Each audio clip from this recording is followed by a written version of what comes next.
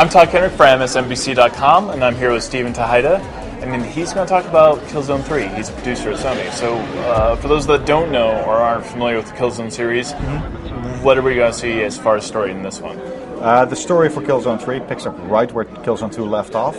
So it's all about you being on this hostile planet where you've just had the invasion in Killzone 2, and the invasion's gone haywire. Reinforcements have gone in, and they take out all of your ships that you were planning to evacuate on. So basically you're stranded on the planet, and you have to find a way off. That's the setup for Killzone 3. You have multiple elements that have changed in Killzone since Killzone 2. Absolutely.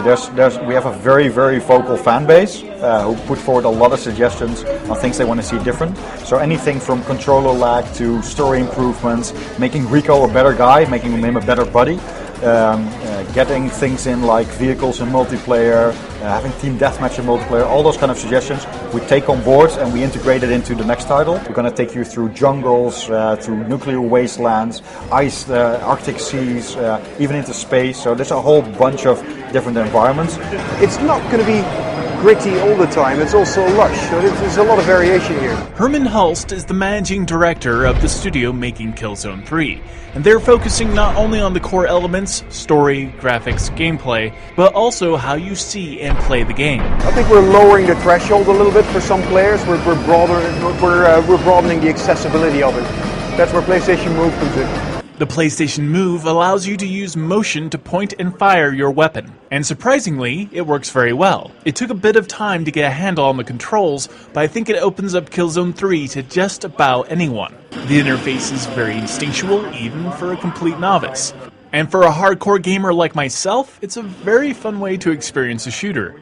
On top of this new way to play Killzone 3, there's also 3D. I think as a player you're much better able to read the environment, to locate where exactly the enemies are. The comparison I make is listening to music in mono versus stereo. It doesn't necessarily change the lyrics, you can still sing along in mono, but once you're used to the stereo sound, it's a lot richer. He's not wrong. I found that in a lot of cases 3D helped me be a better player. Everything pops out in a very natural way. Killzone 3 will have a lot of multiplayer modes and changes. You can now spawn right next to the action. In one mode, you get to see your characters in the cutscenes, and at the end of that game, the top 3 players get to be shown off in a final cutscene as a reward. The controls and gameplay all feel like they've been more refined. Overall, Killzone 3 has a much broader scope.